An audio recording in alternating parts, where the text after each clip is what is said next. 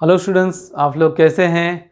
उम्मीद करते हैं कि आप लोगों को फर्स्ट 2 लेक्चर्स जो है समझ में आए होंगे। और आज हम लोग एक नया लेक्चर देखेंगे, importance of bookkeeping and accountancy. और जो लोग इस चैनल पे नए हैं, प्लीज़ आप लोग इस चैनल को सब्सक्राइब कीजिए, लाइक कीजिए और आपके जो फ्रेंड सर्कल है उनको भी इस चैनल के बारे में बताइए ताकि उनको भी जो है ये इस फ्री लेक्चर का बेनिफिट मिल सके। तो आइए देखते हैं importance of bookkeeping and utility of bookkeeping. Introduction to bookkeeping and accountancy. इसमें हम लोग आज देखेंगे 1.2 आपके बुक्स में से, that is importance of bookkeeping and utility of bookkeeping. Bookkeeping क्यों महत्वपूर्ण है और उसका उपयोग क्या है, ये चैप्टर्स को हम लोग कवर करेंगे आज। सो ये आपका लेक्चर 3 है क्लास 11 का। और जो स्टूडेंट्स हमारे कॉमर्स लेजेंड चैनल पे नए हैं वो लोग ये चैनल ज़रूर सब्सक्राइब करें अच्छे अच्छे वीडियो देखने के लिए। और मैंने पूरी कोशिश की है आपको सरल और सिंपल भाषा में समझाने की, जिससे कि आप अच्छी तरह से समझ के अपने एग्ज़ाम में अच्छा स्कोर कर सके इस टॉपिक के ऊपर। सो आइए देखते हैं।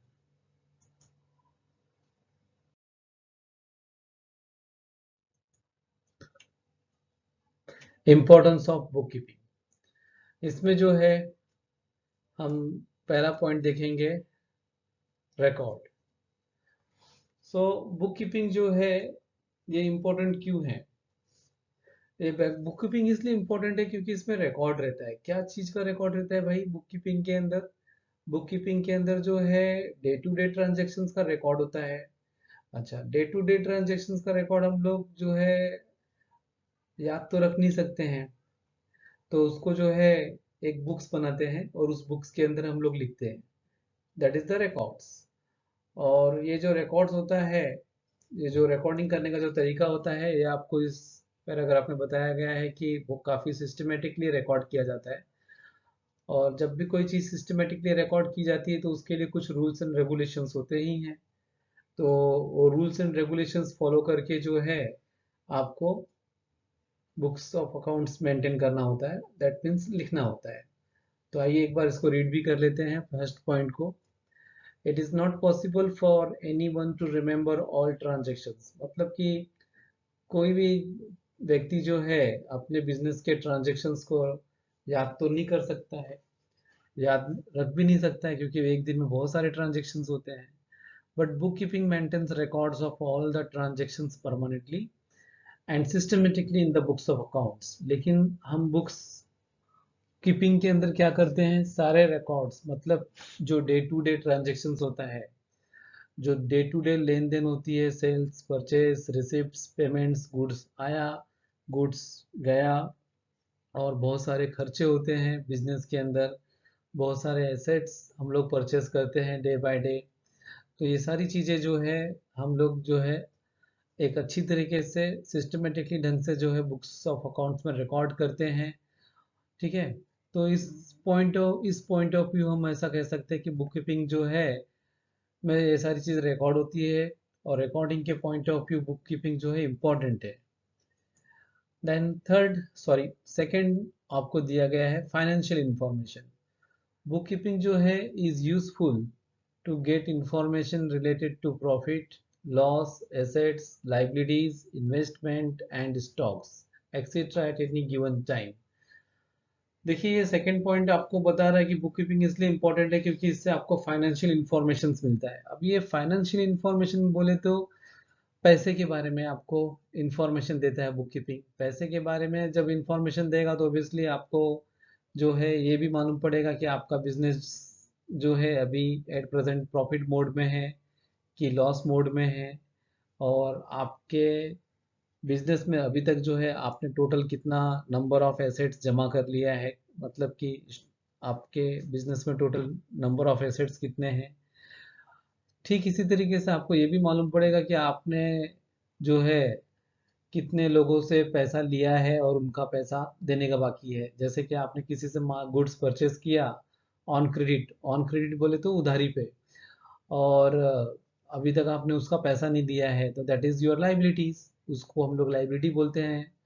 तो ऐसे कितने लोग हैं, ऐसे कितने लोगों का पैसा जो है अभी बाकी है, तो वो आपको मिल वो आपको जो है उसका भी हिसाब आपको जो है बुक कीपिंग से मालूम पड़ जाएगा। इन्वेस्टमेंट एंड स्टॉक्स, आपको जो है बुक कीपिंग से ये भी मालूम पड़ेगा कि आपने जो है किसी और कंपनी में कितना इन्वेस्टमेंट किया है। और जो आप डेली के रूटीन ट्रांजेक्शन्स को बुक्स ऑफ अकाउंट्स में लिखेंगे तो आपको ये भी मालूम पड़ेगा कि सो एंड सो क्वांटिटी का स्टॉक्स आपके बुक्स में रिकॉर्ड हुआ था और सो एंड सो क्वांटिटी आपने सेल कर दिया, तो अभी बाकी का जो बैलेंस है वो आपके स्टॉक्स में पड़ा हुआ है। ठीक है ना। तो ये सारे जो इंफॉर्मेशंस आप डेली बेसिस पे जब आप मेंटेन करोगे तो फिर आप जो है जब चाहे तब 10 दिन का, 5 दिन का, महीने भर का, हाफ मंथ का या पूरे साल का इंफॉर्मेशन जो है एक्सट्रैक्ट कर सकते हो। मतलब कि आपको वो इंफॉर्मेशन जो है बुक कीपिंग से कभी भी आप एनी टाइम उस इंफॉर्मेशन को निकाल के देख सकते हो। ठीक है। सो ये आपका सेकंड पॉइंट है। देन स्टूडेंट्स थर्ड पॉइंट में आपको बता रहा है decision making. Book keeping provides financial information to the businessman for decision making. अभी देखिए आप जो है पूरे दिन भर का ट्रांजैक्शंस तो आप बुक कीपिंग के थ्रू रिकॉर्ड कर ही रहे हो। उसमें से आपको सेकंड पॉइंट के हिसाब से प्रॉफिट लॉस, एसेट्स, लाइबिलिटीज, ये सारे इंफॉर्मेशंस भी मिल रहे हैं। जब ये सारे इंफॉर्मेशंस आपको मिल रहे हैं तो इंफॉर्मेशन लेके करोगे क्या? अरे भाई, जब आपको ये मालूम पड़ेगा कि आपका बिजनेस जो है बहुत ही प्रॉफिटेबल है, तब आप क्या करेंगे? तब आप डिसाइड करेंगे कि जो है आपको एक एडिशनल ब्रांच ओपन करनी है, आपको जो है प्रोडक्शन बढ़ाने के लिए और भी नई नई मशीनें परचेस करनी है। मतलब मेरा कहने का मतलब ये है कि थर्ड पॉइंट आपको ये बता रहा है कि बुक कीपिंग करने से आपको ये फायदा होता है कि आपको डिसीजन लेने में आसानी होती है। अगर जो आपको ये आपने ये सोच के रखा है कि आपको बिजनेस के अंदर जो है कंप्यूटर्स परचेज करना है या और नई नई मशीनें लगानी है प्रोडक्शन बढ़ाने के लिए, लेकिन आपको ये मालूम नहीं है कि आपका बिजनेस में प्रॉफिट क्या है, लॉस का स्टेटस क्या है, कितना रेवेन्यू अर्न किया आपने, यही सारी इंफॉर्मेशन आपको मालूम नहीं है, तो फिर आपको डिसीजन लेने में काफ़ी तकलीफ होगी। लेकिन जब आप बुक्स डेली बेसिस पे लिखोगे, सारे ट्रांजेक्शन्स रिकॉर्ड करोगे, तो आपको बहुत ही आसानी से ये मालूम पड़ जाएगा कि आपके बिजनेस में एज ऑन डेट प्रॉफिट का स्टेटस क्या है। और प्रॉफिट का स्टेटस जानने के बाद जो है आपको जो भी डेवलपमेंट करना है बिजनेस के अंदर, उस डेवलपमेंट से रिलेटेड डिसीजंस लेने में आपको बहुत ही आसानी होगी। सो ये आपका थर्ड पॉइंट था। और आइए अब हम फोर्थ पॉइंट की तरफ बढ़ते हैं। फोर्थ पॉइंट का में आपको बताया गया है कंट्रोलिंग। कंट्रोलिंग का मतलब क्या होता है? कंट्रोलिंग का मतलब सीधी सीधी सीधी भाषा में ये होता है कि कोई भी चीज़ जो है कंट्रोल में होनी चाहिए। कंट्रोल में बोले तो एक, अगर जो कोई भी चीज़ आउट ऑफ कंट्रोल हो जाए तो उसका जो रिजल्ट आता है वो एडवर्स रिजल्ट आता है। एडवर्स बोले तो मनचाहा रिजल्ट नहीं आता है। ठीक है ना। सो बुक कीपिंग में जब बुक कीपिंग में कंट्रोलिंग में आपको ये बता रहा है कि बुक कीपिंग जो है enables the executives of the business to control the activities of the business। Book keeping में आपको जो है सारे मॉनिटरी ट्रांजेक्शन्स के बारे में इंफॉर्मेशन मिल रहा है, सारे प्रॉफिट एंड लॉस के बारे में इंफॉर्मेशन मिल रहा है। तो आपको जो है ये भी इंफॉर्मेशन मिलेगा बुक कीपिंग के थ्रू कि भाई आपका जो है ब्रांच ए जो है प्रॉफिट कर रहा है, ब्रांच बी जो है मीडियम प्रॉफिट कर रहा है और ब्रांच सी जो है वो थोड़ा सा लॉस कर रहा है। ठीक है ना। तो जब आपको ये तीन टाइप के इंफॉर्मेशन बुक कीपिंग के थ्रू मालूम पड़ेगा, तो जो ब्रांच आपका लॉस कर रहा है आप वहाँ पे जाके सारी चीज़ें चेक करोगे और उसको वापस से प्रॉफिट मेकिंग ब्रांच में कन्वर्ट करोगे। जो ब्रांच आपका मीडियम प्रॉफिट कर रहा है उसको आप जो है वहां पे आप ध्यान देके उसको जो है सुपर प्रॉफिट या नॉर्मल प्रॉफिट में लेके आओगे।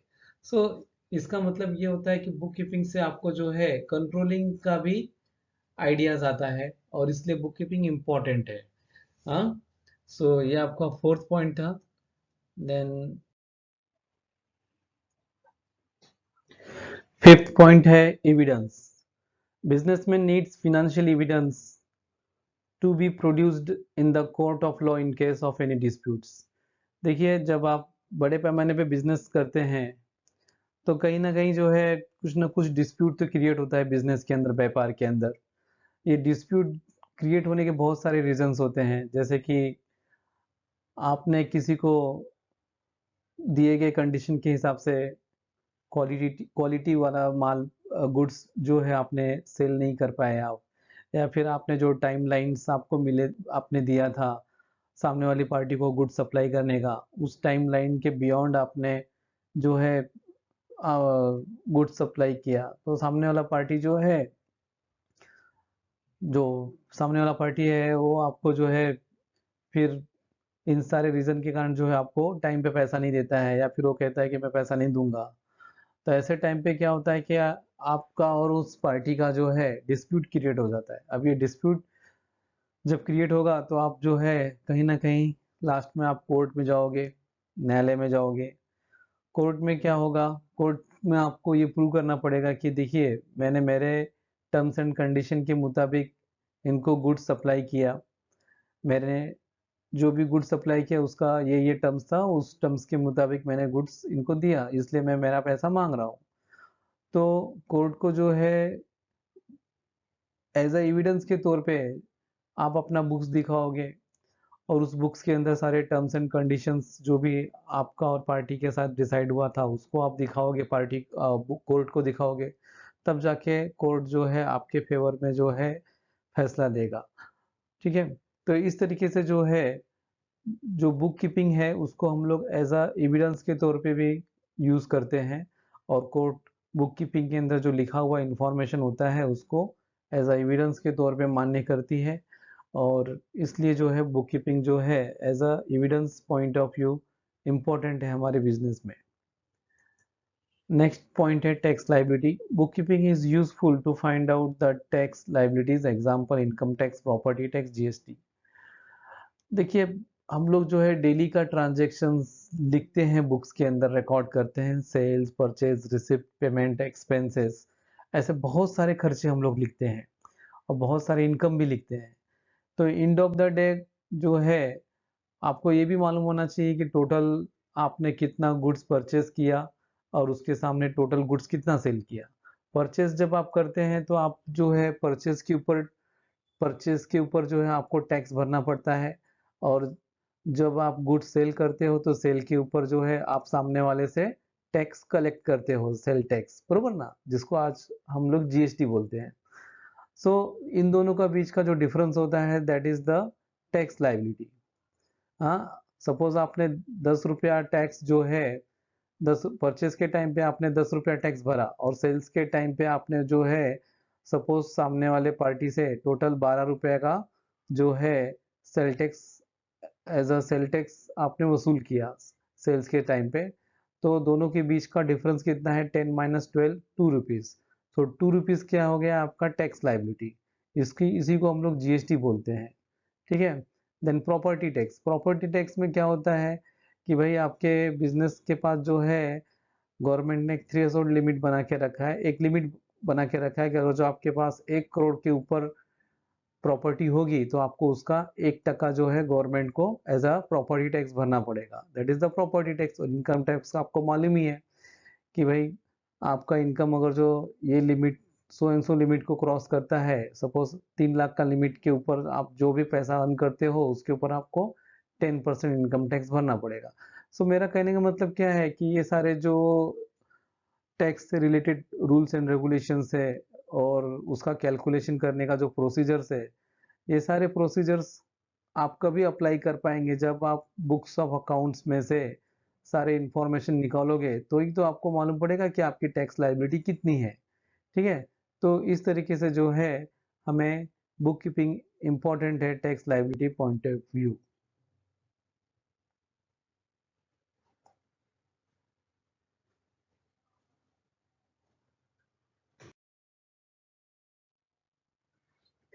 Utility of book keeping, it means book keeping जो है की उपयोगिता क्या है। बुक कीपिंग जो है बहुत सारे लोगों के लिए उपयोगी है।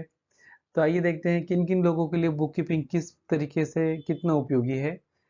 सबसे पहले आपको दिया गया है ओनर। ओनर का मतलब होता है कि जो बिजनेस का मालिक है, जो बिजनेसमैन है, उसके लिए बुक कीपिंग कितना उपयोगी है। सीधी सी बात है भाई, बुक कीपिंग जो है ओनर के लिए बहुत उपयोगी होगा। क्यों? क्योंकि ओनर का तो पूरा हिसाब किताब, पूरा उसका जिंदगी भर की कमाई जो है उस बिजनेस में लगाया हुआ है। तो उस बिजनेस के अंदर जो बुक कीपिंग में वो रिकॉर्ड करेगा, वो इंफॉर्मेशन उसके लिए बहुत उपयोगी होगा। The businessman can find out profit, losses, assets and liabilities of an enterprise at any time. Book keeping के थ्रू जो बिजनेसमैन है, जो कंपनी का मालिक है, उसको जो है day to day transaction record करने के कारण उसको जो है आ, कभी भी किसी भी समय जो है उसको ये मालूम पड़ेगा कि उसका प्रॉफिट पोजीशन क्या है, लॉस पोजीशन क्या है, टोटल कंपनी में कितनी प्रॉपर्टीज है, टोटल कितने लोगों का पैसा देने का बकाया है, that means the liability of an enterprise at any time. बच्चों देखो, इसमें एक बात बताना चाहता हूँ आपको। जब हम लोग पुराने जमाने में हाथ से बुक्स लिखते थे ना, चोपड़ा चोपड़ा सिस्टम, हाँ, एक लाल कलर की डायरी आती थी, उसके अंदर हम लोग हाथ से बुक्स ऑफ अकाउंट्स लिखते थे। तभी क्या होता था मालूम है कि साल में एक बार जो है या 6 महीने में एक बार जो है, बुक कीपिंग तो देखो रोज डेली का ट्रांजेक्शन, डेली का डेली रिकॉर्ड होता था, लेकिन उसके अंदर रिपोर्ट जो है वो रिपोर्ट जो है वो डेली नहीं मिलता था। लेकिन जब से ये कंप्यूटराइज सिस्टम आ गया, कंप्यूटराइज सिस्टम में हम लोग टैली में बुक्स, टैली के थ्रू, टैली सॉफ्टवेयर के थ्रू बुक्स ऑफ अकाउंट्स लिखते हैं। तो इससे क्या होता है, हमको फटाफट जो है किसी भी समय का 10 दिन 15 दिन जो पीरियड आप डालेंगे उस पीरियड का आपको प्रॉफिट एंड लॉस अकाउंट सब कुछ आपको मिलेगा। सो इसलिए जो है ये इम्पोर्टेंट है। इसलिए जो है बुक कीपिंग जो है ओनर को बहुत ही इम्पोर्टेंट हो गया है। तो ये एक फायदा है। दूसरा, management. Management of an enterprise can plan, take decisions and control overall business activities. जो मैनेजमेंट होता है of an enterprise can plan, take decisions and control overall business activities. Book keeping से जो है, मैनेजमेंट के लिए बुक कीपिंग इसलिए उपयोगी है कि उसको बहुत सारे इंफॉर्मेशन मिलते हैं, उस हिसाब से वो इंफॉर्मेशन यूज करके वो अपना जो है प्लानिंग करेगा कि उसका सेल्स कौन से डायरेक्शन में जाना चाहिए, या फिर सीजन आ रहा है तो सीजन में वो प्लानिंग करेगा सेल्स का कि सेल्स कैसे होना चाहिए। टेक डिसीजंस, बहुत सारे निर्णय लेगा वो, और बहुत सारे चीज़ों पे उसका जो कंट्रोल नहीं है तो वहाँ पे वो कंट्रोल को लेके आएगा। तो मैनेजमेंट जो है, इस तरीके से मैनेजमेंट के लिए भी बुक कीपिंग बहुत इंपॉर्टेंट है। देन थर्ड पॉइंट है investors. Investors can take proper decisions whether to invest और नॉट। जो बैंक होती है वो हमारे बिजनेस को लोन देती है, तो बैंक को जो है, बैंक जो लोन देगी तो बुक कीपिंग, हमारा जो बुक कीपिंग है उसको एग्जामाइन करेगी, उसका निरीक्षण करेगी, और निरीक्षण करने के बाद जो है उसको लगेगा कि हाँ, इनको सचमुच में पैसे की ज़रूरत है और ये पैसा जो है सही डायरेक्शन में लोग यूज़ कर रहे हैं, तभी तो बैंक जो है हमको लोन देगी। तो इसलिए जो है इन्वेस्टर को जो है बुक कीपिंग से जो है ये सारे इंफॉर्मेशन मालूम पड़ता है कि आप पैसा कहाँ पे यूटिलाइज कर रहे हो। सो इन्वेस्टर्स को पॉइंट ऑफ व्यू भी जो है बुक कीपिंग की काफ़ी अच्छी यूटिलिटी है। देन फोर्थ पॉइंट है customer. Customer can easily understand financial positions of the business. He can be assured about supply of goods. Customer, देखो बिजनेस जो है बिजनेसमैन कर रहा है, तो कस्टमर को उस बिजनेसमैन की बुक कीपिंग से क्या मतलब है। कस्टमर को ये मतलब है कि, ये मतलब होता है कि क्योंकि बुक कीपिंग से ही जो है ये इंफॉर्मेशन मालूम पड़ता है कि कंपनी फाइनेंशियली साउंड है या नहीं साउंड है। अगर जो आप कभी भी कोई बड़ा प्रोडक्ट खरीदी करते हो तो उसके स्पेयर पार्ट्स आपको जो है 6 महीने में, 1 साल 2 साल के बाद आपको उसके स्पेयर पार्ट्स की जरूरत पड़ती है। अगर जो कंपनी एक बड़ा सा टीवी, बड़ा सा फ्रिज बेच के कंपनी बंद हो गई और उसके स्पेयर पार्ट्स जो है कुछ खराबी आने के कारण 1-2 साल के बाद आपको मार्केट में नहीं मिलेंगे, तो आपको पूरा का पूरा टीवी रिप्लेस करना पड़ेगा। हाँ, तो आपका 50-60 हज़ार का टीवी सेट जो है वो स्क्रैप हो जाएगा। इसलिए कस्टमर को जो है बहुत ज़रूरी है कि कंपनी का फाइनेंशियल पोजीशन देखना, और वो फाइनेंशियल पोजीशन बुक कीपिंग से ही मिलता है। और इसलिए जो है कंपनी को कस्टमर को जो है बुक कीपिंग इम्पॉर्टेंट है कि अगर जो कंपनी फाइनेंशियली साउंड है तो लाइफ लॉन्ग चलेगी और मार्केट में ये प्रोडक्ट अवेलेबल होगा और जो भी रिपेयर्स एंड मेंटेनेंस होगा उसकी जिम्मेदारी ये कंपनी बखूबी निभाएगी। Next, government can easily find out different types of taxes due from various sources.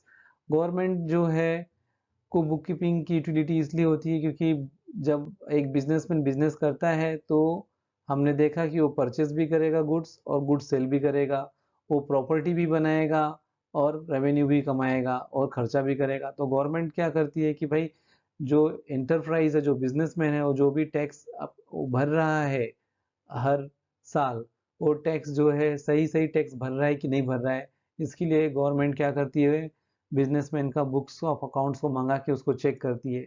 तो उससे उसको मालूम पड़ेगा कि इन्होंने जो भी बिजनेसमैन ने टैक्स भरा है अभी तक वो सही है या गलत है। ठीक है, तो इसलिए गवर्नमेंट को जो है बुक कीपिंग इम्पोर्टेंट है। देन नेक्स्ट देखते हैं lenders. Money lenders can find financial standing of the enterprise for decisions to lend money और नॉट। जो मनी लेंडर्स होते हैं उनको बुक कीपिंग के थ्रू ही मालूम पड़ता है कि जिस कंपनी में वो लोग पैसा लगा रहे हैं वो कंपनी जो है उस पैसे का सही उपयोग करके उस कर रही है कि नहीं कर रही है, मतलब फाइनेंशियल स्टैंडिंग उस कंपनी का सही है कि नहीं सही है। अगर जो सही है फाइनेंशियल स्टैंडिंग उस कंपनी का तो वो लोग जो है उस कंपनी को जो है मनी लैंड करते हैं, मतलब पैसा जो है उनको उधारी पे देते हैं ताकि वो बिजनेसमैन अपना बिजनेस को रन कर सके। तो इसलिए जो है बुक कीपिंग जो है मनी लैंडर्स जो होते हैं, हाँ, जो प्राइवेट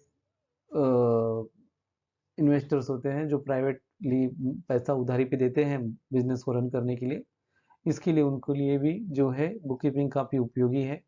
देन नेक्स्ट जो है,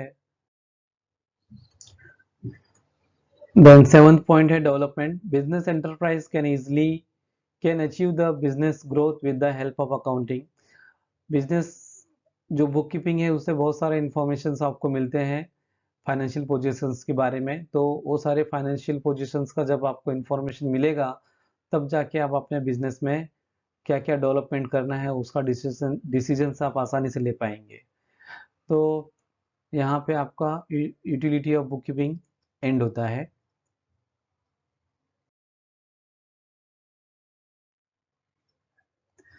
थैंक्स फॉर वॉचिंग।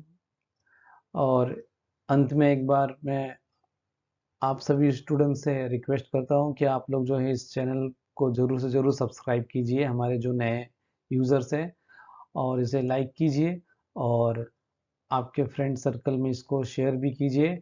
और किसी को कुछ एडिशनल इन्फॉर्मेशन चाहिए तो आप कमेंट सेक्शंस में उसको ज़रूर से ज़रूर लिखिए। मैं कोशिश करूँगा कि आपके सारे डाउट्स क्लियर करूँ और आपको जो भी इंफॉर्मेशन चाहिए वो इंफॉर्मेशन मैं आपको प्रोवाइड करूँगा। तो स्टूडेंट्स, ये था हमारा lecture importance of bookkeeping and utility of bookkeeping. So ये लेक्चर यहीं पे समाप्त होता है। और आप लोगों से रिक्वेस्ट है अंत में कि जो स्टूडेंट्स नए हैं इस चैनल पे वो लोग प्लीज़ इस चैनल को सब्सक्राइब कीजिए, लाइक कीजिए और आपके जो फ्रेंड सर्कल है उनके साथ इस चैनल को ज़रूर से ज़रूर शेयर कीजिए। और हम लोग अब नेक्स्ट लेक्चर में मिलेंगे जिसमें हम देखने वाले हैं distinguish between book keeping and accountancy. वो लेक्चर आप लोगों के लिए बहुत ही इम्पोर्टेंट है, तो जिसमें आप लोग बेसिस के कौन कौन से बेसिस पे हम ये डिस्टिंग्विश करेंगे वो सीखेंगे। तो अंत में एक बार वापस से आपसे रिक्वेस्ट करता हूँ कि आप लोग प्लीज़ इस चैनल को सब्सक्राइब कीजिए और थैंक यू फॉर सपोर्टिंग। और होप सो कि आप लोग मुझे इसी तरह से और सपोर्ट करते रहिए जिससे कि मैं आप लोगों के लिए नए नए टॉपिक्स पे और भी वीडियो बनाते रहूँ। Thank you for watching commerce legend channel. Thank you.